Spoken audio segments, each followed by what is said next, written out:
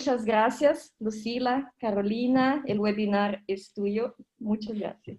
Bueno, muchas gracias, Solón, Melina y todo el equipo de... Melina and all the team of the Pan American Society of Eye Oncology for inviting us to... sobre todo todos estos webinars. Bueno, esta noche tenemos el placer de escuchar a dos expertos en oncología ocular que nos van a hablar sobre citogenética molecular y en melanoma uveal. Well, now I switch to English to introduce our American... Ahora paso a inglés, presentar a nuestro colega estadounidense. Es un placer y honor para nosotros presentar al doctor William Harbour. Doctor Harbour, director de oncología ocular, vicepresidente de investigación translacional, jefe de oftalmología y director asociado de investigación asociada en Sylvester Comprehensive Centro de Cáncer. Su investigación se centra en el uso de tecnología genética y genómica, cultivo celular y modelos modificados experimentalmente para el estudio y desarrollo del cáncer, incluyendo melanoma uveal, retinoblastoma, linfoma intraocular y otros. Estos cánceres son frecuentemente letales y muy agresivos. Y muchas gracias por unirse a nosotros y le invito al doctor Harbour a compartir su pantalla. Muchas gracias. Muchas gracias por invitarme. Es un placer para mí estar con ustedes esta noche. Entonces, en primer lugar, quiero asegurar que puedan ver mi pantalla. Bien. Muchas gracias. Entonces, es un placer para mí estar con ustedes esta tarde, insisto. Aquí están mis conflictos de intereses. Entonces, voy a comenzar con información de la Fundación Wen en referencia al territorio molecular del melanoma uveal y presentar algunos ejemplos que pueden ser de ayuda desde el punto de vista clínico.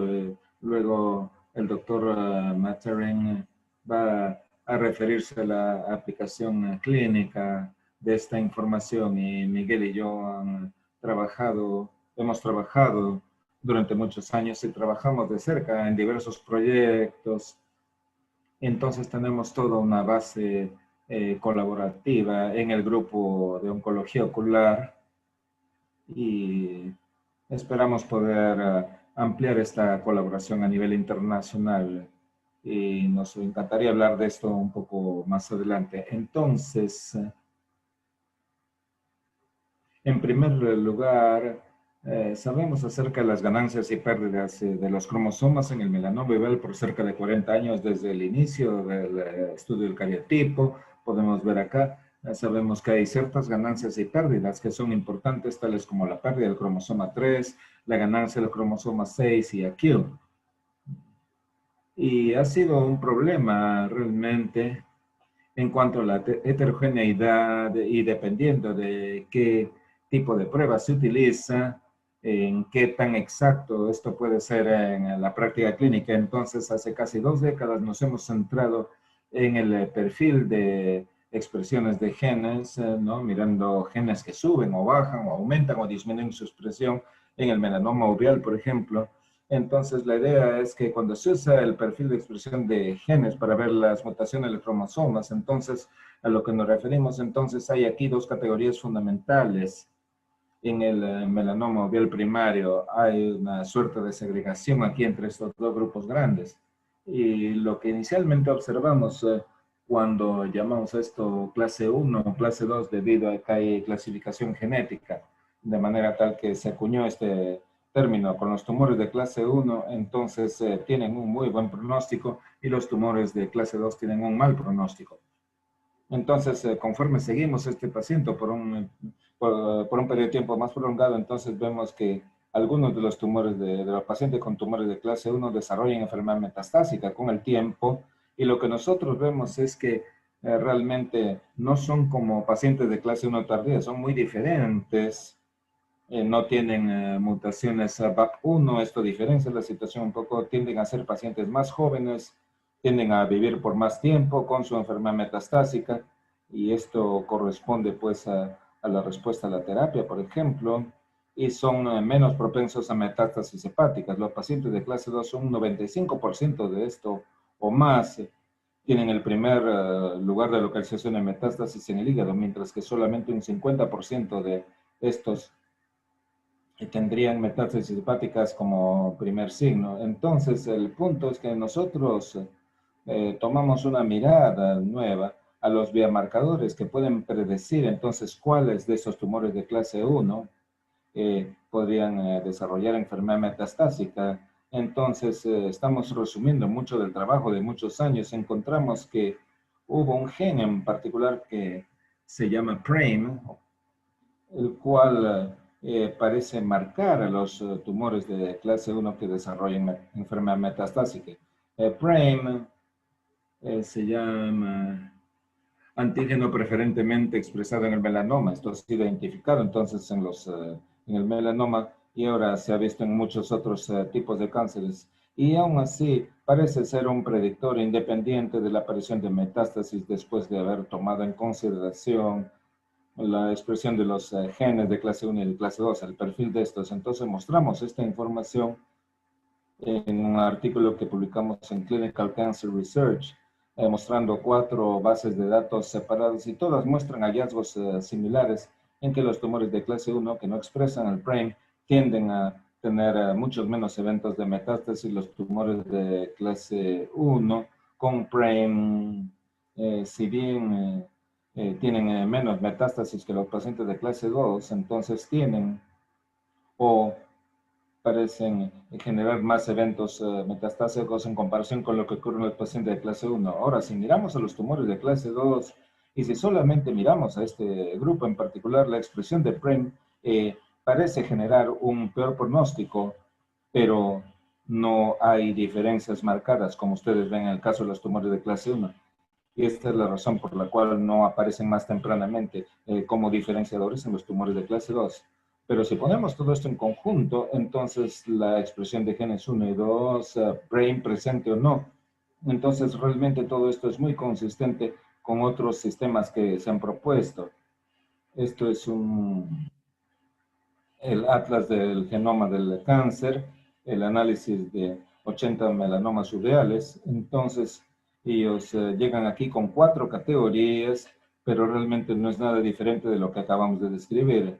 Lo que llaman 1 y 2 son los tumores de clase 1, y lo que nosotros llamamos clase 2 corresponde a las clases 3 y 4. Entonces, aquí las de la clase 1 que tienen masa neoploidea y peor pronóstico son los que contienen a la estructura PRAME, y los de clase 2 son que tienen masa neoploidea y un peor pronóstico y que corresponden a la presencia de esta modalidad PRAME. Entonces es una diferente manera de mirar al mismo tema, pero una cosa a tener en mente desde el punto de vista clínico es que el TCGA y mucho de, o la vasta mayoría de las publicaciones que revisan a los cromosomas, el 3, el AQ, se ven en tumores enucleados, donde tenemos toda la pieza anatómica para revisar, en donde solamente tenemos una biopsia con aguja, por ejemplo, la exactitud de la precisión del cromosoma beta es buena. Entonces, cuando hacemos enucleaciones, estas realmente son el 8 o el 10% de las formas de los melanomas uveales más agresivos, en donde nosotros estaríamos en capacidad de hacer biopsias y pruebas genéticas en tumores de tamaño pequeño, ¿no? Entonces, es interesante el sistema PRAME y que es más pasible de hacer pruebas de rutina y biopsias de rutina en los pacientes que son sometidos a enucleación. Y esta es una comparación del sistema. Si es que combinamos a la clase 1 y la clase 2 el perfil de expresión de genes o PRAME, entonces esto supera todos los sistemas que hemos visto cuando trabajamos con el sistema AJCC, por ejemplo. Aquí estos recuadros rojizos son las categorías redundantes que se superponen, como ustedes pueden observar aquí, mientras que necesitamos aquí el PRAME es solamente una categoría redundante, y si la eliminamos, entonces es completamente ausente de superposición y muy predictiva de la evolución de estos pacientes.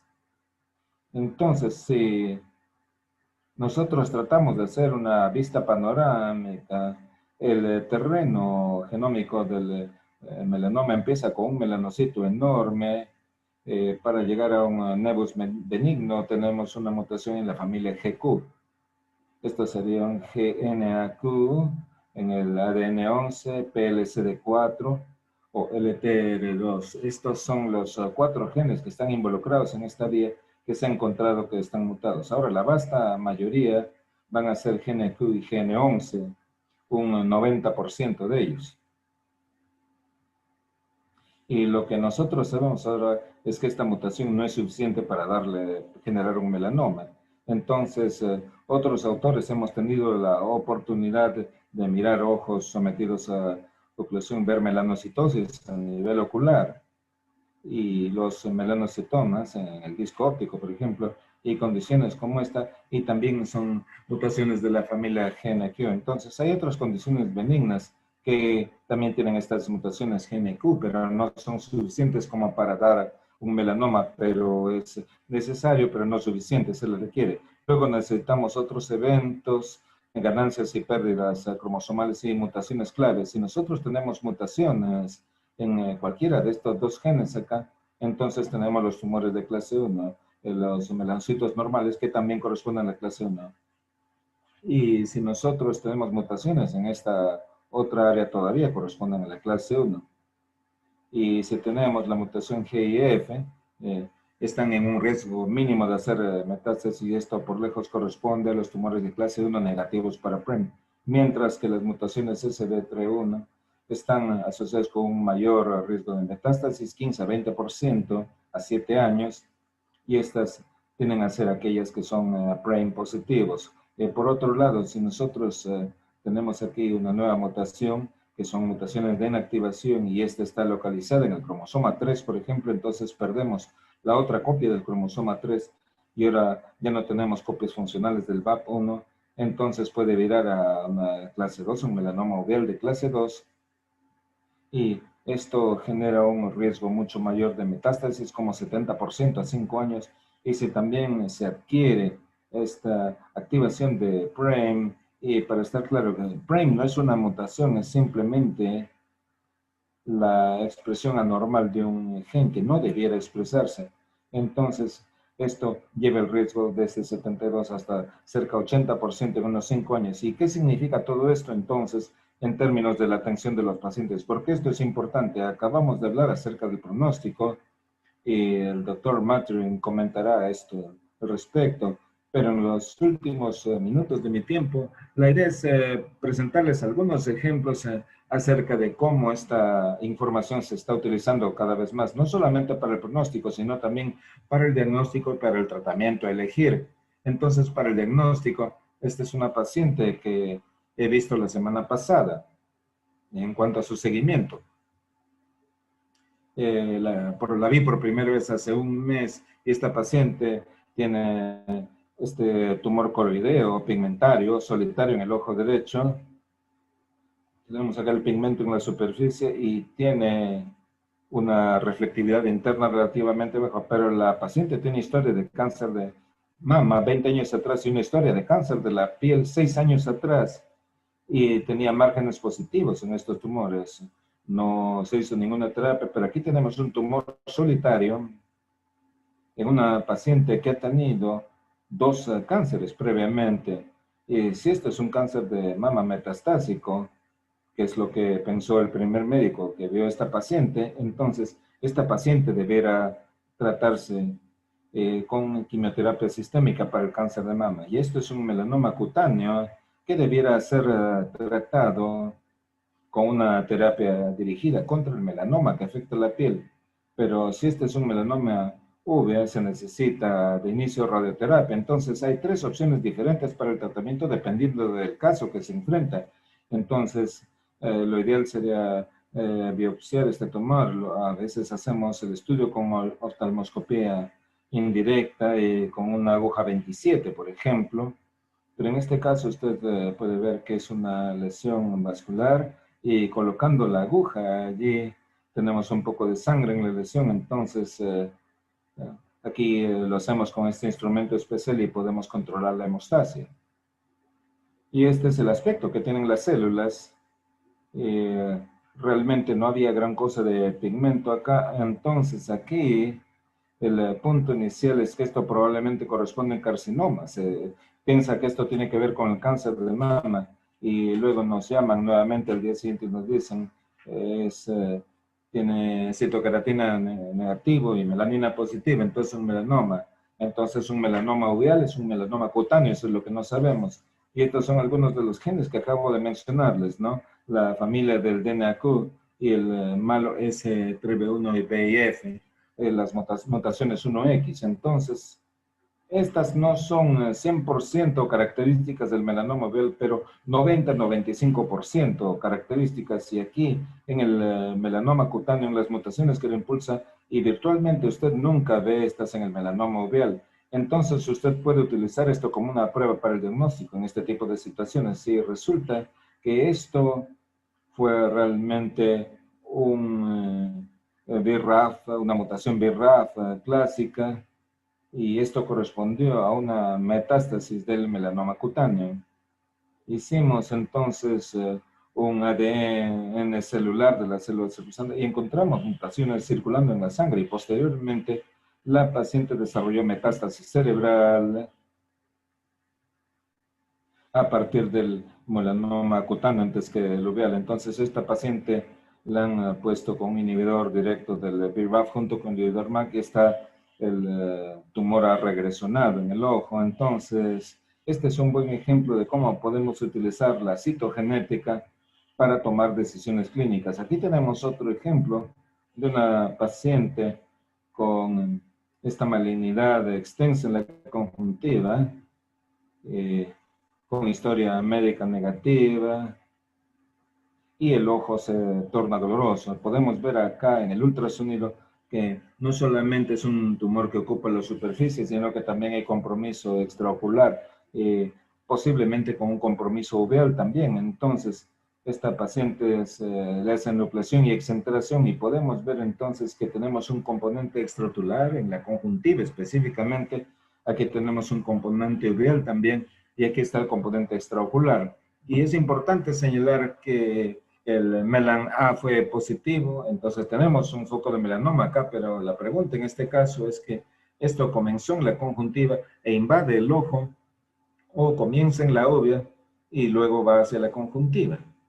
Entonces podemos utilizar el mismo tipo de prueba y aquí tenemos entonces este tipo de prueba que está cada vez más disponible, o disponible más generalmente. Esto es como el perfil de expresión de genes y hay muy pocas compañías que tienen esta prueba disponible. Este es el tipo de prueba en el cual muchas compañías internacionales están trabajando. Una se llama Foundation Medicine, Castle Biosciences, también está trabajando con estas pruebas, este panel de mutaciones genéticas, y muchas otras compañías hacen también estos paneles de mutaciones dirigidas. Y vamos de vuelta a la pregunta entonces. Y entonces el tema es si esto corresponde a un melanoma cutáneo o si es un melanoma conjuntival. Entonces, ¿qué mutaciones vemos allí?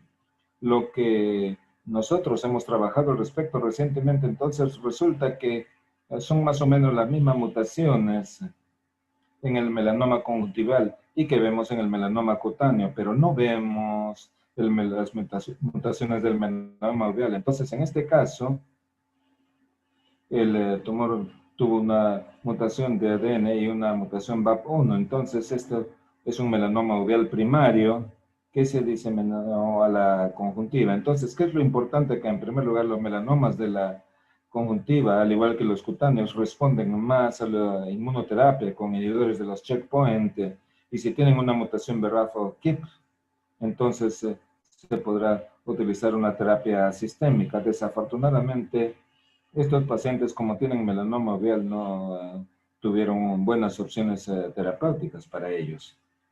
Entonces, el diagnóstico final fue melanoma uveal. Finalmente, entonces, para cerrar aquí la idea, me referiré acerca de las opciones del tratamiento. Si hubiéramos dado esta charla 10 años atrás, esto era simplemente un sueño o especulación, ofrecer tratamiento, y frecuentemente criticamos por decir esto nunca va a suceder, nunca va a haber terapia para el melanoma uveal. Nunca vamos a poder utilizar esta información para tomar decisiones en los pacientes, pero demostramos que ellos estaban equivocados. Ahora existe una serie de terapias, otras que están todavía en estudios clínicos, no son espectacularmente efectivas, pero esta semana apareció un artículo de MD Anderson mostrando que la combinación tiene cierta tasa de respuesta, ¿no? El tratamiento combinado, 10% en melanoma, y esto es mucho mejor de lo que hemos visto antes. No es excelente, pero solía ser 0%. Entonces, estamos haciendo ciertos progresos. Entonces, aquí se está trabajando en esta mutación de la familia GNQ y esto activa una serie de vías de señalización como la MAP quinasa, por ejemplo, la P3 quinasa. Y todas estas son vías que tienen medicamentos disponibles para su inhibición y hay mucha gente que está trabajando en esta área y lo que otros colaboradores y yo estamos trabajando y centrándonos es en los dos genes que mencioné temprano, que están altamente asociados con metástasis. Uno es el BAP1, y hay evidencia creciente de que ciertos tipos de inhibidores HDAC, histona de acetilasa, pueden revertir los efectos de la pérdida de BAP. Y hay cierta información, y no estoy seguro qué tan contundente es, pero hay gente que está trabajando con inhibidores PARP, de manera tal que si tenemos un tumor que ha perdido BAP1, por ejemplo, o que tiene problemas en reparar el daño del ADN, y el PARP repara el daño del ADN, ¿no? Pero también inhibe al PARP por retroalimentación. Entonces aquí la idea es que la célula no tenga problemas para reparar el daño en el ADN. Y en los inhibidores HDAC acabamos de publicar un artículo este mes mostrando que hay un nuevo inhibidor llamado Cosinostat, el cual se ve bastante promisorio en modelos preclínicos y hemos conseguido fondos de una compañía para que nos suministre el medicamento. Estamos buscando fondos adicionales para financiar un estudio clínico. Esto es algo en el cual el doctor Matern trabajará junto con otros centros en los cuales trabajamos. Y en el caso de PRAME, como PRAME también se ve en otros tipos de cánceres que son más comunes, entonces esto ha llamado la atención de las compañías farmacéuticas que ya han desarrollado inmunoterapias pre-PRAME, las células CAR-T, y hay vacunas que se están desarrollando inclusive, y si usted está familiarizado con estas modalidades, entonces está desarrollando también moléculas específicas que toman como blanco la GP100 y que han demostrado tener cierta actividad en el melanoma uveal. El segundo medicamento es la misma molécula, excepto que toma como blanco PRAME, y esto ya se encuentra en estudios clínicos en el melanoma uveal.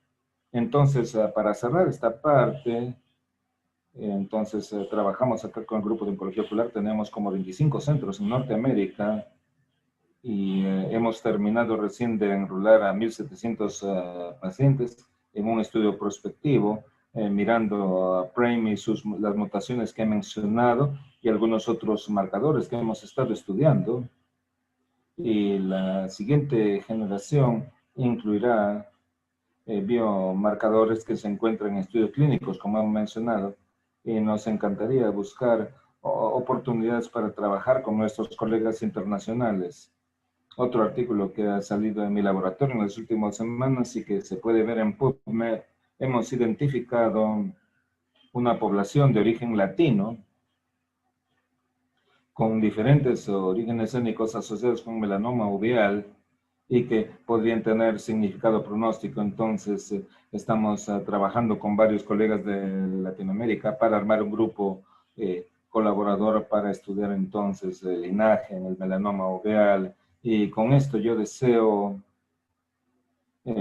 indicar lo contento que estoy. Tengo aquí mi asociado, la doctora Correa, que trabaja en Bascom Palmer desde los últimos meses, y ella tiene la práctica cada vez más ocupada en oncología ocular. Y aquí están nuestras direcciones si es que ustedes tienen preguntas sobre vuestros pacientes o sobre los temas que hemos tocado ahora. Y les agradezco muchísimo por su atención. Excelente presentación. Continuamos con el doctor Materín. Él es profesor clínico de oftalmología y especialista en oncología ocular.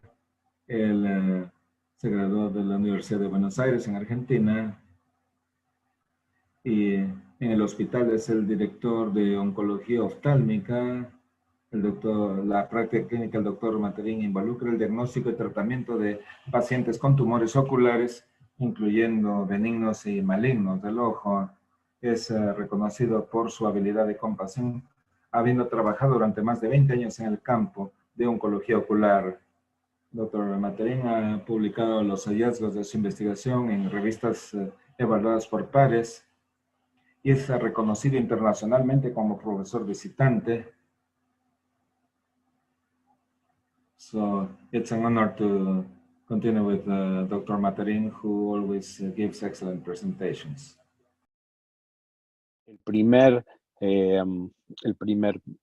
primera publicación que yo vi hablando de pronóstico data de 1948, haciendo hincapié que los pacientes que tenían peor pronóstico eran aquellos que tenían células epitelioides. Una vez más, esto es 1948. Después, Don Gass, él publicó esto de qué riesgo podría haber si observamos algunas lesiones que eran sospechosas de melanoma, ya sea coroideo o del cuerpo ciliar. Tuvo 116 pacientes a quienes observó por 5 años. 69 pacientes no mostraron ningún crecimiento de las lesiones y ninguno de ellos tuvo metástasis. De los 47 pacientes que tuvieron crecimiento, 5 pacientes desarrollaron metástasis. Esta publicación, que fue desde 1980, demostró que no hay una evidencia que en el aumento de la mortalidad por observar lesiones melanocíticas pequeñas. Sabemos que el melanoma uveal es el tumor primario intraocular maligno más frecuente en adultos y representa solo el 3 al 5% de todos los melanomas. Su incidencia es de entre 5 a 7 nuevos casos por millón de habitantes. La edad media es entre los 55 y los 60 años, raza blanca, y queda metástasis al pulmón y al hígado principalmente. Hay una leve mayor incidencia en hombres, en blancos, y tiene una muy baja incidencia en asiáticos y afroamericanos. Ahora, baja incidencia no significa que no puede pasar. Baja incidencia significa baja incidencia porque hay casos y vemos casos en asiáticos y afroamericanos. En Europa la incidencia aumenta así como vamos subiendo en latitud. 2 por millón en España o Italia, a 8 por millón en Dinamarca o en Noruega. ¿Cuáles son los factores, los factores de riesgo del paciente? Ojos azules o verdes, tez blanca, la presencia de melanocitosis ocular, la presencia de mutación VAP1, ya vamos a hablar del tema, es el rol de la exposición solar es controversial y aparentemente es más frecuente en soldadores eléctricos. Muy bien. Este es un artículo que, no digo que ha revolucionado, pero ha cambiado, o que cambió durante muchos años, la forma de sospechar cuando las lesiones pequeñas melanocíticas podían llegar a ser melanomas pequeños. Yo quiero recalcar que esta presentación, este artículo, es del año 2000, hace casi 20 años. Ya todos conocen los factores de riesgo, no lo voy a repetir. Sin embargo, casi 20 años más tarde, Bill Harbour y su grupo hicieron una especie de desafío a ver si hay algún marcador que pueda hacernos sospechar más la presencia de que estamos frente a un melanoma más que un nevus. Y fue la presencia por una biopsia en tumores que eran clase 2, class 2. ¿Qué pasa con este paciente? Este es un paciente que siempre lo muestro, un paciente que uno prácticamente no va a sospechar que es un melanoma por la presencia de drusen, lesión pequeña, bastante estable a lo largo de los años, pero mostrando un crecimiento gradual, hasta que rompió la membrana de Bruch. Ahí tenemos la doble circulación, lo tratamos con una placa, y a este paciente le hicimos la secuencia genética y demostró que era BRAF wild type, que significa que no tenía la mutación BRAF o NRAS, que estas dos corresponden a los melanomas cutáneos, no tenía la GNAQ, pero sí tenía la GNA11. Muy bien. ¿Cómo hacemos las biopsias? Es un paciente que le estábamos por colocar una placa, pero básicamente lo que les quiero mostrar es cómo por lo menos nosotros hacemos las biopsias. Hacemos la disección, tanto de la conjuntiva como de la tenon. Tomamos los músculos.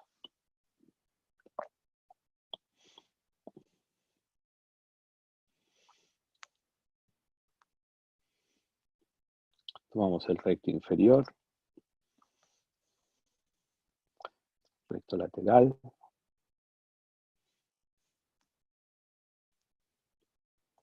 Vamos a hacer transiluminación. Era un tumor que no era grande.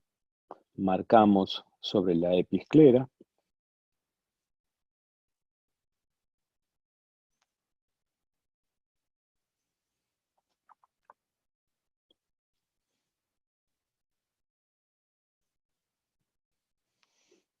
Muy bien, colocamos la placa dummy para colocar las suturas de 5-0. Estoy tratando de avanzar para no perdernos la biopsia. Muy bien. Hay una esponja de drenaje en el fornix. Hacemos con un blade con 57 una pequeña esclerotomía, y después con una aguja, nosotros usamos 27G, hacemos la aspiración, cubrimos con el algodón y hacemos inmediatamente crioterapia en la zona de la incisión. Y después lavamos en forma copiosa. Esta es la técnica de biopsia transescleral. Y después suturamos la esclerotomía y colocamos la placa.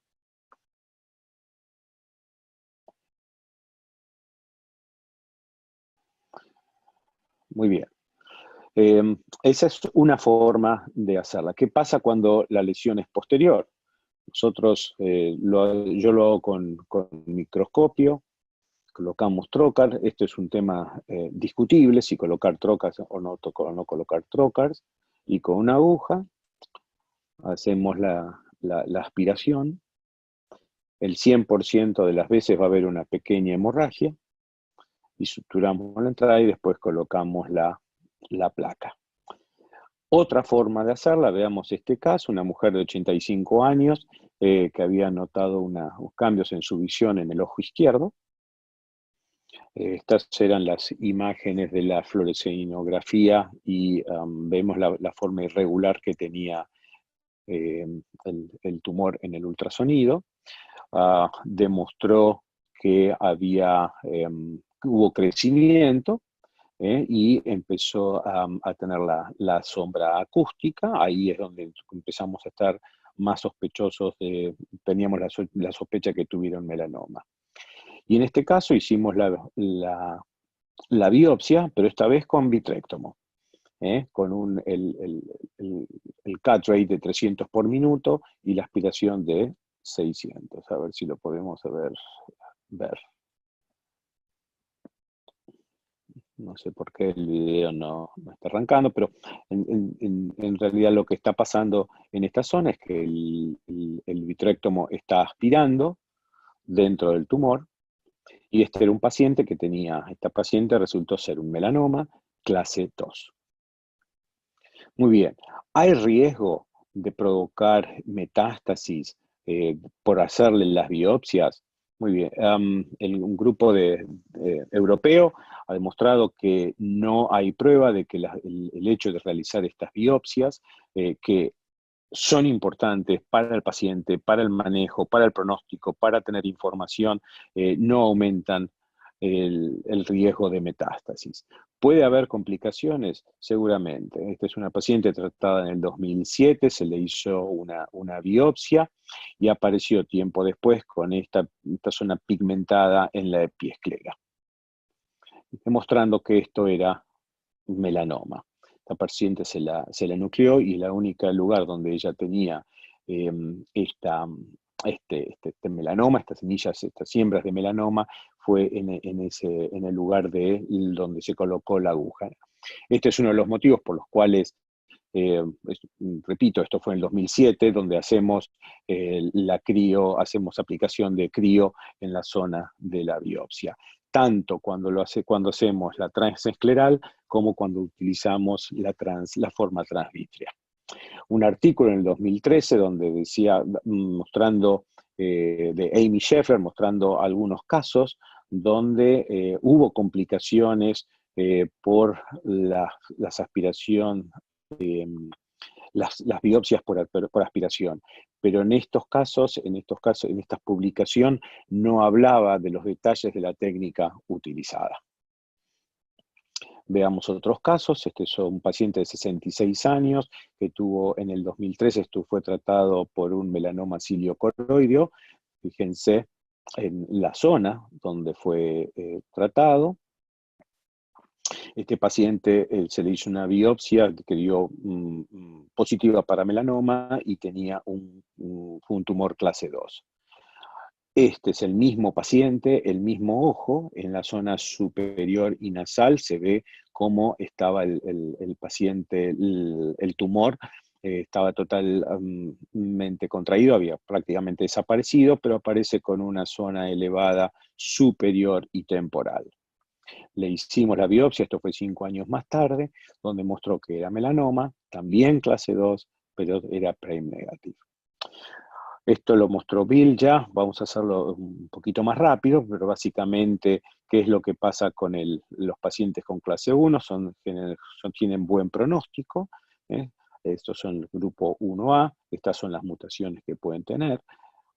Después hay un grupo de tumores que es intermedio, clase 1B, que pueden tener el SF3B1 y estas alteraciones cromosómicas. Estos tienen riesgo intermedio y finalmente los de mayor riesgo de metástasis, que son los que tienen clase 2 y la mutación BAP1.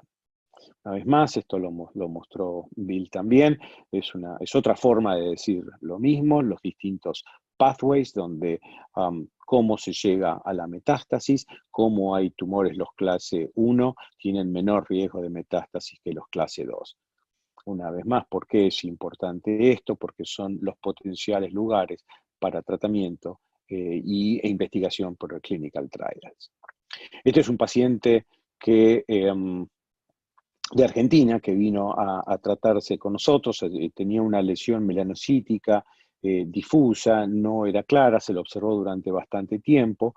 En el medio hizo algún desprendimiento de retina, le hizo una vitrectomía por silicón y aparece con este nódulo amelanótico superior y nasal al nervio óptico.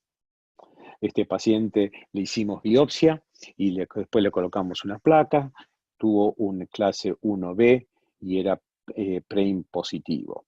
Pero además se le hizo la secuencia y correlacionado con el informe anterior, tenía el GNA11, esta mutación, y era el SF3B1, o sea que es de riesgo intermedio.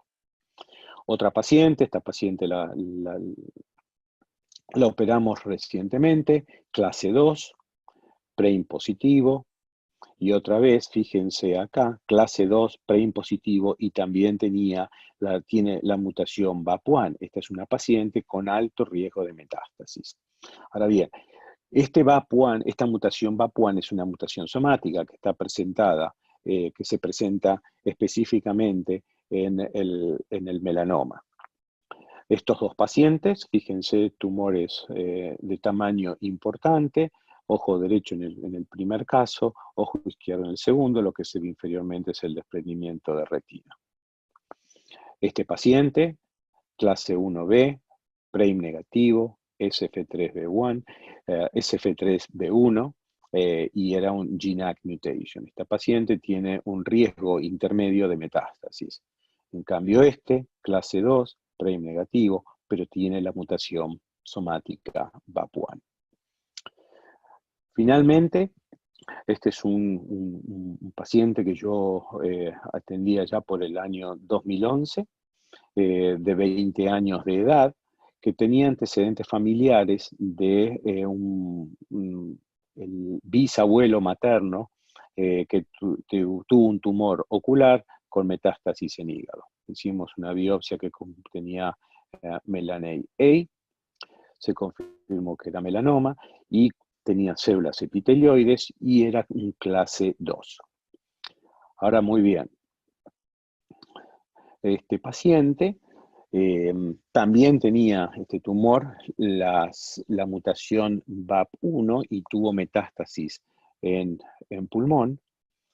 La madre es una carrier de la mutación y no nos olvidemos del antecedente familiar. En este caso, la mutación BAP1 es del tipo germline mutation, significa que este paciente y sus familiares tienen mayor riesgo de desarrollar otros cánceres, melanoma cutáneo, melanoma uveal, mesotelioma y otros. O sea que esta es la forma de mutación germinal. No nos olvidemos que este paciente, el diagnóstico de melanoma se le hizo a los 20 años de edad. Hay muchos clinical trials que están en plena progresión, algunos ya se han terminado, y hay otros nuevos que ya los ha explicado Bill en su presentación. Este sí, creo que es el último paciente. Fíjense la historia. En noviembre del 2018, este es un paciente de 48 años, hombre que fue tratado en el 2009 con Proton Beam. Todo lo que vemos acá es tejido cicatrizal. En el año 2017, el paciente desarrolló metástasis de hígado y recibió bastantes tratamientos con inmunoterapia para sus metástasis. Fíjense lo que pasó en el ojo, cómo también se ha achicado la cicatriz después del tratamiento. Una vez más, esto fue en un clinical trial, donde el paciente no solamente, número 1, vive, número 2, la metástasis están bajo control, y número 3, esta es una prueba más, cuando lo vemos en el ojo, cómo se achicó la cicatriz. Bill comentó del Collaborative Ocular Oncology Group, el comité ejecutivo. Está formado por Tom Aber from Michigan Retina, Celia y Bill Harbour from Bascom Palmer, José Lutzky, que es un médico oncólogo de la Universidad de Miami, Brian Marr de Columbia University, nosotros en Duke, Prithvi Mruthyunjaya de Stanford University y Amy Sheffield de la Universidad de Texas. Muchas gracias y bueno, esperemos tener una linda sesión de preguntas y respuestas y probablemente Bill corrija mucho de las cosas que yo dije. Un saludo grande.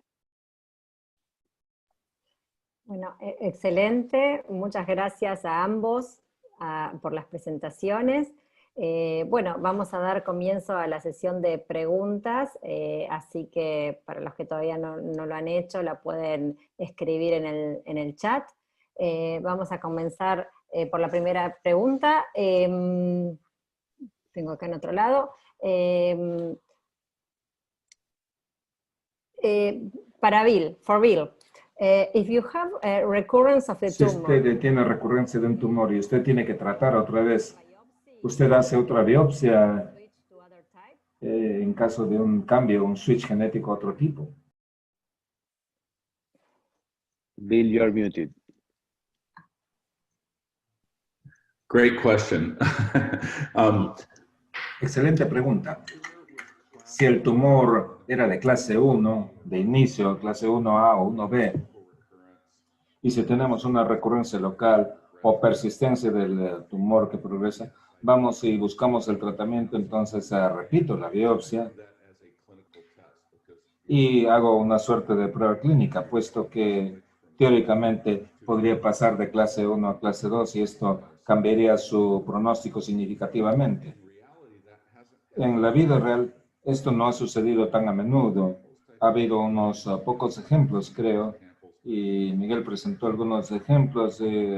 Con la experiencia que tiene, esto no es tan común. La recurrencia usualmente corresponde a la clase 1, a lo que parecía ser clase 1 cuando recurre posteriormente, pero si el tumor inicial es de clase 2 y luego aparece una recurrencia, entonces yo no tomaría una nueva biopsia para fines clínicos, ya que ya le he dado la clasificación de alto riesgo, ¿no? Esto para el manejo clínico del tumor. Y muchas gracias. Miguel, ¿cuáles son sus ideas al respecto? Estoy totalmente de acuerdo. El único punto que yo quisiera comentar, y esto incluiría otra pregunta, es que es posible una progresión de una mutación, digamos, SF3B1 a BAP1 posteriormente, donde observamos, como observamos en el melanoma sin tratamiento, es posible, el SF3B1 siempre va a estar presente allí, SF3B1. Entonces, para fines de recapitulación, nosotros llamamos a la mutación secundaria, le llamamos BCE, BAP1 SF3B1 BF1X1X, y tienden a ser mutuamente exclusivas. Se tiene una, no se tiene otra. No es 100%, quizás es un 100% de superposición, pero en su mayor parte se tiene la una o la otra. No sé, es posible, pero no conozco de algún caso en el cual haya sido clase 1 y haya pasado una mutación SF3B1 y que luego recurra y ahora tenga una mutación BAP1. Yo estoy seguro que es posible y estoy seguro que alguien encontraría esto, pero no he visto que eso ocurra. Pero yo creo que conforme trabajamos más en nuevas biopsias o en rebiopsias, conforme nosotros nos insertamos más ampliando las indicaciones para hacer la biopsia, entonces ciertamente en mi práctica estamos empezando a biopsiar estas lesiones sospechosas y en clase 1, A o B las observo de cerca. Entonces hay una serie de formas en las cuales estamos ampliando el ámbito de cómo utilizar esta información. Y una de ellas ciertamente tiene que ver con las nuevas biopsias después de la irradiación. Entonces, lo que digo ahora es que es cierto ahora, pero quizás ya no sea cierto de aquí a un año o de aquí a 3 años, ¿no? Yo diría en este momento que no hay gran cosa de evidencia de cambio de clase después de la irradiación. ¿Y ha visto usted ejemplos de esto, Miguel?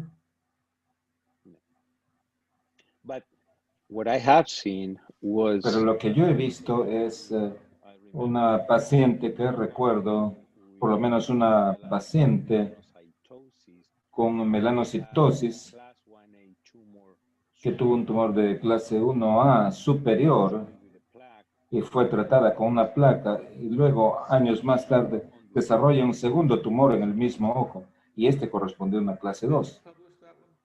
¿Publicó eso? Sí, creo que lo hicimos. Ya simplemente un colega me planteó una situación similar y esto es muy interesante, ¿no? Pacientes con melanocitosis que desarrollan 2 tumores diferentes. Ambos tuvieron la misma mutación GNAQ, que es lo que usted esperaría, ya que la melanocitosis ya tiene esta mutación GNAQ. Y esta es la razón por la cual aumenta su riesgo de melanoma, porque si ya tuvo la primera, entonces puede aparecerle otra, pero ambos tuvieron mutaciones BAP1, pero diferentes mutaciones BAP1. Entonces la mutación ADN-Q y la ADN11 tienden a ser las mismas. Solamente hay 4 posibles acá. Pero la mutación BAP1 puede ocurrir en cualquier parte. Entonces, hay un número infinito de diferentes mutaciones BAP1 que se pueden conseguir, ya que llega y se activa el gen y esto constituye la mutación, entonces es casi imposible tener la misma mutación dos veces simplemente por azar. Entonces este ojo tuvo dos mutaciones diferentes BAP1 en el mismo ojo, pero en diferentes tumores, y yo creo que esto es probablemente lo que usted ha señalado. Absolutamente. Es algo inusual si tenemos una mutación de NAQ. Entonces es algo que le predispone entonces a que tenga una mutación BAP1. Son estas mutaciones BAP1 tan comunes en el cáncer. Y si estamos en el ojo y tenemos estas mutaciones de NAQ, realmente le predisponen a tener estas mutaciones BAP1. Bill, do you have a translation? Tiene... Yes. Okay. Well, whoever is translating is doing a great job. At first, I thought I had an angel speaking in my ear, but then I realized it was a person there doing it. So thank you very much. Okay. So, it's a pleasure. That's me, and that's the Beatles behind me. If I speak in Spanish? You can speak Spanish, yes. Okay. Yo estoy seguro que muchos de los asistentes se les cruza están pensando, muy bien, todo esto es muy lindo, es muy interesante, es muy práctico.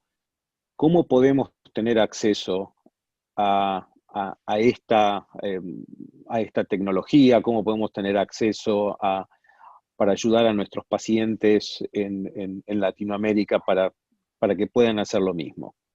¿Están de acuerdo con la pregunta todos? Así es. En Argentina, por ejemplo, y calculo que en otros lugares de Latinoamérica, no tenemos esta tecnología. Si hacemos punción biopsia, es para análisis citológico, y si hacemos enucleaciones, ahí se puede hacer la técnica de Fish, pero no hay mucho más. Entonces, es súper interesante, pero estaría bueno ver cómo podríamos, excelente tu pregunta, Miguel, tu comentario, cómo podemos hacer para poder obtener esto.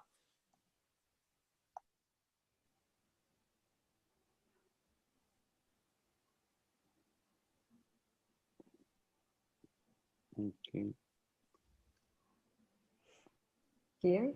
Solón, la gente de tu país está queriendo invadirnos.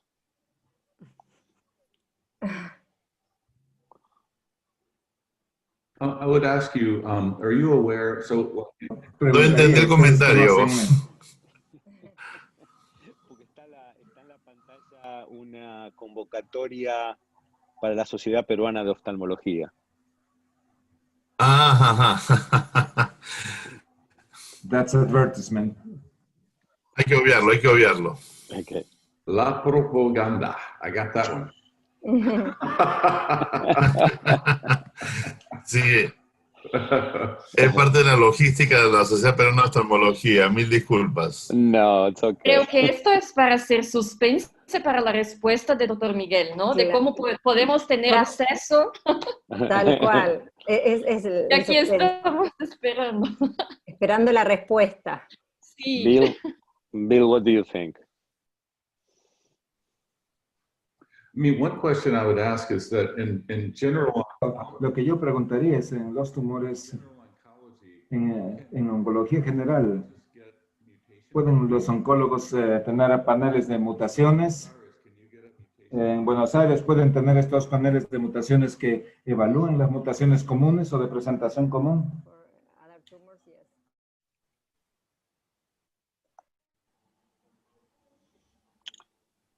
The incidence is low, so I think that's the problem maybe in relation to other type of cancers.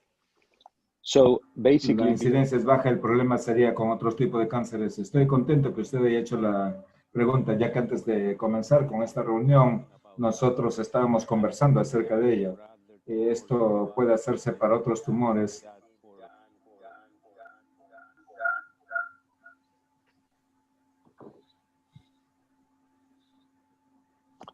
Bill, that was English, my best English. Yeah.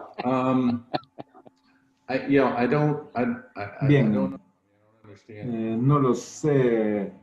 Con respecto a la tecnología, es muy similar. Usted sabe. Y por cierto, el perfil de expresión de genes es la tecnología más simple que las secuencias de siguientes generaciones. Entonces, no está claro para mí. Yo creo que esto es más un tema de negocios y de cumplimiento o de compliance antes que temas meramente científicos. Y temas de regulación también, cosas por el estilo. Una sugerencia que tengo es que Bill, mi persona, y creo que 4 a 5 más personas, podríamos tener el grupo colaborativo de oncología ocular. Entonces nosotros ponemos, pusimos cuántos pacientes, 1,700 pacientes en 2 años. If we were able to get together, I think that's the best way so that each one in his or her country may get together with those who are working in that particular topic. So the idea is to see who may provide information, particularly with respect to mutations. You agree? You agree? International collaboration. There are sources of funding. Fuentes de financiamiento. Por ejemplo, el Instituto Nacional del Cáncer, y hay algunas joint ventures, hay recursos de otros países también para hacer entonces estudios multicéntricos internacionales. Y entonces debemos buscar las formas en las cuales podemos hacer este tipo de trabajo, aun cuando sea solo para comenzar con algunas biopsias en Latinoamérica. Pero como punto de inicio podríamos evaluar aunque sean muestras de sangre o hisopados inclusive para mirar el ADN de la línea germinal. Y si miramos el artículo que publicamos a principios de este mes en Cancer, armamos un método para llegar a esto y cuesta como $100 por paciente. Entonces no es tan costoso. Y podemos trabajar en esto como grupo colaborativo. Perfecto. Acá hay una pregunta más de un caso clínico que dice: un tumor de cuerpo ciliar de 2 milímetros de espesor, descrito por ecografía, que reacciona al iris y tiene desplazamiento posterior y bandas desde ella a la pared posterior, que cursa con celularidad de la cámara anterior. ¿Ustedes realizarían una biopsia? Do you want me to answer that, Bill? Sure, go for it. Sigue usted. A ver, biopsias se pueden hacer en tumores tan pequeños como 2 milímetros de espesor o incluso más pequeños. De la presentación o de la descripción del caso, a mí lo que no llego a entender bien es qué significa celularidad en cámara anterior. Hay dispersión de pigmento en el ángulo, hay más detalles clínicos que harían falta, porque de todo esto a mí lo que me asustaría sería un melanoma en anillo. La presencia de un tumor de 2 milímetros de espesor en cuerpo ciliar no significa que sea melanoma, ya que existen los nebus de cuerpo ciliar, existen los melanocitomas del cuerpo ciliar. Así que la respuesta es sí, se puede hacer una biopsia. La pregunta es, bueno, habría que ver más detalles clínicos. Bill.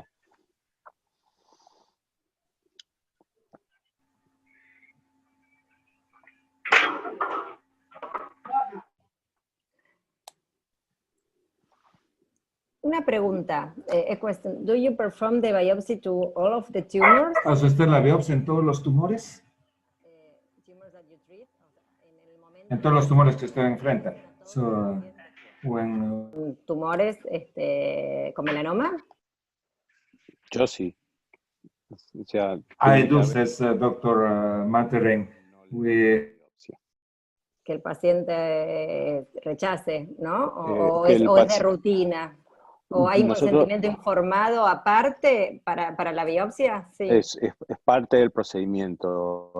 De pronto no le haría la biopsia si, por ejemplo, un paciente de 85 años que está tomando anticoagulantes, no le veo mucho sentido, o que no tiene un buen estado general.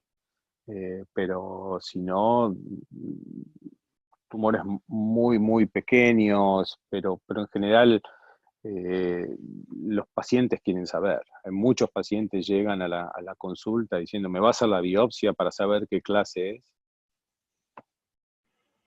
Y una pregunta también en relación a eso. Una vez que uno tiene clasificado el paciente posterior a la biopsia en el clase 2, ¿cómo están siguiendo esos pacientes en la práctica y si les ofrecen algún tratamiento adyuvante, digamos, por el alto riesgo de metástasis? Okay. Bill, I will let you answer that.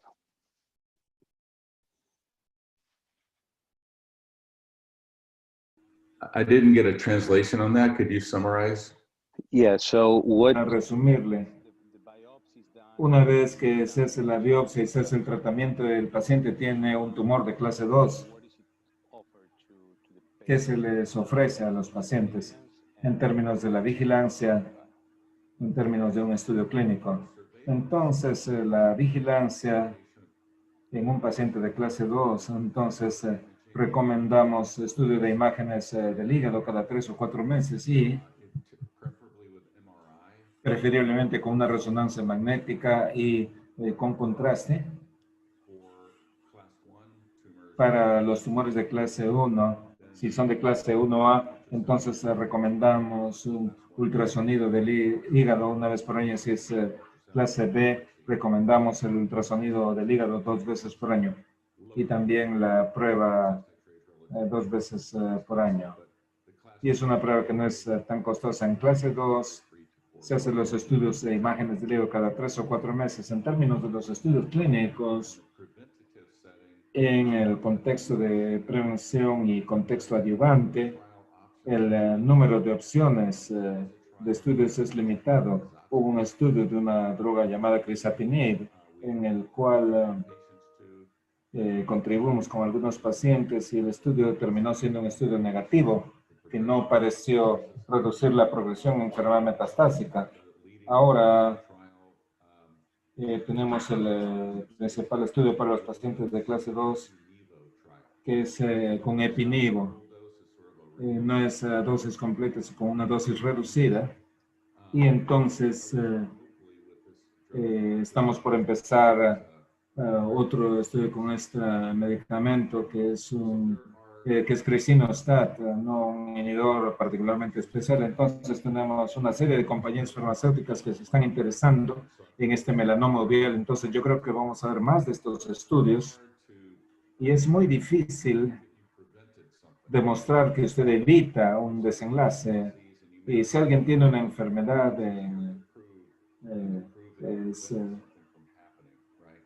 que ya está en pleno desarrollo, es más difícil demostrar que algo recién va a ocurrir, ¿no? Y esto es definitivamente difícil, pero sé cómo fuere, tenemos un modelo estadístico bastante bueno para establecer la progresión a partir del estudio con crisatinib, y yo creo que los estudios futuros deben planearse en este sentido. Y si nosotros tenemos una señal, entonces esto lleva a abrir un estudio multicéntrico a gran escala para evaluar entonces este escenario.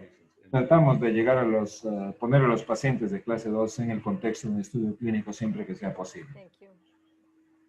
Y otra pregunta es, en el caso que le hacen la biopsia parasitogenética, tengo entendido que no se realiza la citología. ¿Eso es correcto? ¿O sería otra biopsia más? 2 biopsias. Bill, did you get that?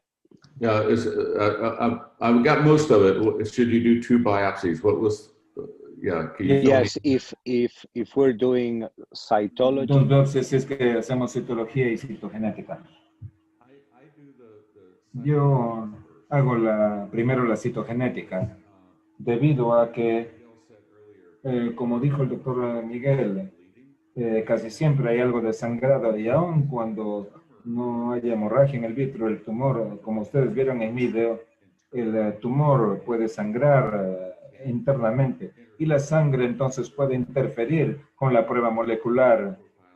No importa el perfil de expresión de genes o las mutaciones, puede interferir con la interpretación de la prueba. Entonces, me gusta hacer primero la prueba molecular y luego, en segundo lugar, la citología. Si el espécimen de citología tiene glóbulos rojos, no va a evitar que se encuentre el melanoma. Entonces, no es un problema tan grande si es que tenemos sangre allí en la muestra de citología. ¿Corresponde eso a su pregunta? Sí. Sí. Yo creo que si hacemos rutinariamente 2 biopsias, yo no lo hago. Y estoy de acuerdo con usted. Hago primero el perfil de expresión de genes, pero la mayor parte de las veces hago la citología. Y si el tumor es grande o necesito diagnosticarlo, entonces regularmente voy hacia el interior del ojo solo una vez. Y ahora que recibimos la mayor parte de las veces para el secuenciamiento, no veo la necesidad de colocar una segunda aguja en el ojo. Ciertamente para los tumores pequeños, yo rutinariamente no hago biopsia tumores de 2 o 3 milímetros menores de ese tamaño. Si hay un tumor periférico más grande, sí lo hago, porque ahí el riesgo es mínimo. Pero estoy totalmente de acuerdo en que, con lo que dice Miguel, es que esta familia de mutaciones, aun cuando no son pronósticas, están presentes en más o menos 95-98% de los melanomas uveales. Entonces, nos preocupa biopsiar algo que corresponde realmente a una metástasis o algo más. Entonces, si vemos que tenemos un GNQ, se perdió la señal, creo. La señal del profesor.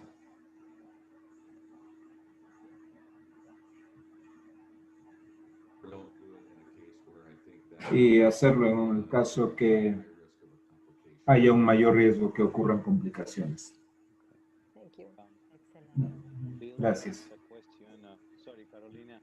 Hay una pregunta, si hay alguna información definitiva acerca del cytogenetics en los melanomas del iris. Y esto es realmente interesante. En primer lugar, como ustedes saben, los melanomas del iris tienen un riesgo muy bajo de hacer enfermedad metastásica, casi 0, o quizás 1%. Si usted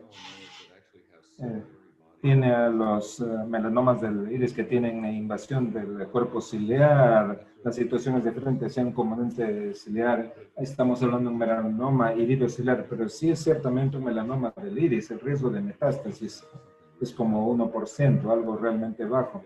Y lo que encontramos unos años atrás, sorprendentemente, es que usted ve lesiones de clase 2. Otra vez se perdió la señal del profesor. No. Sí.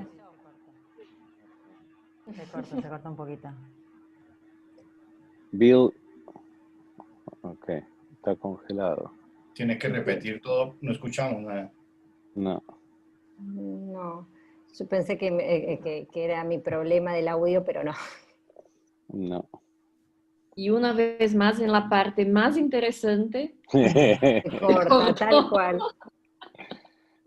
Sí. Suele suceder. Ahora va a aparecer.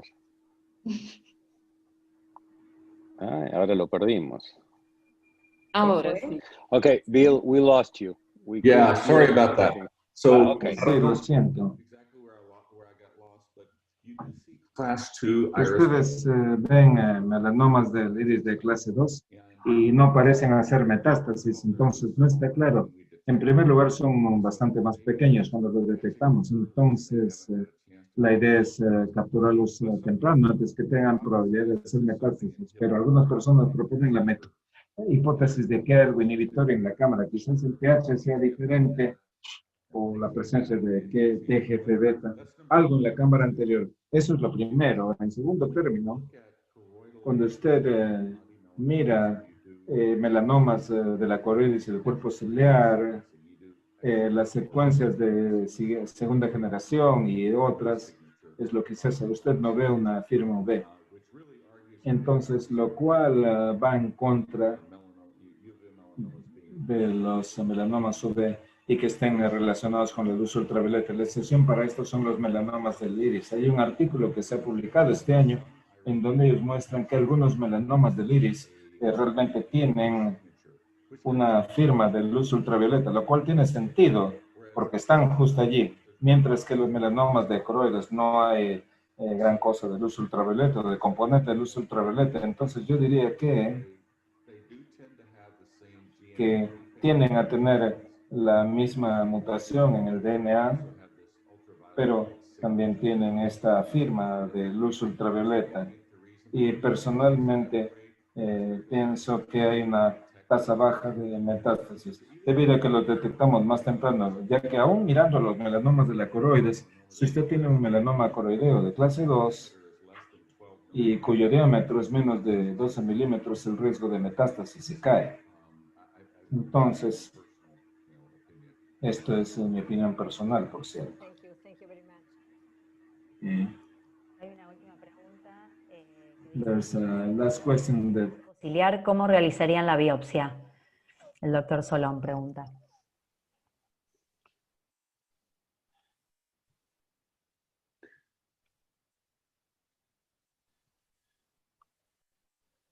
Bueno, la pregunta, Solón, es si está en cuerpo ciliar solamente y no se ve con la lámpara de hendidura, un cuerpo ciliar, un tumor de cuerpo ciliar pequeño.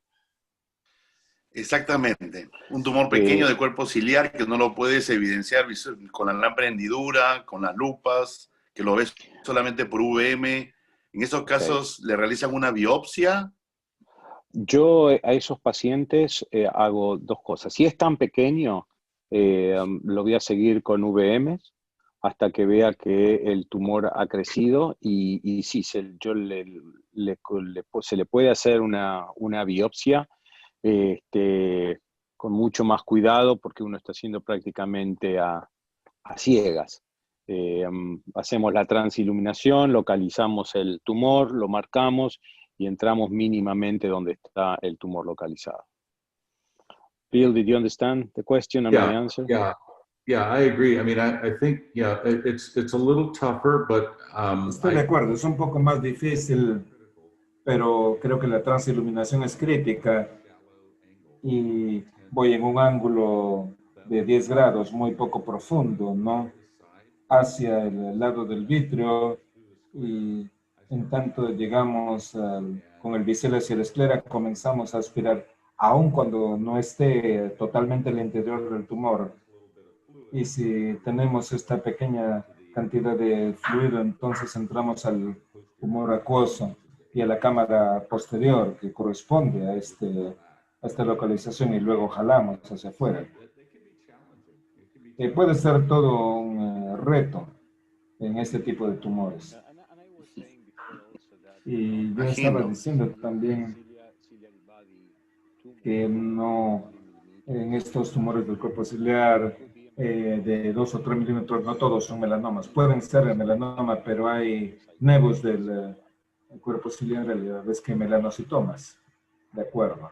Bueno, la verdad es que fueron presentaciones excelentes, un placer escucharlos, creo que todos hemos aprendido un montón.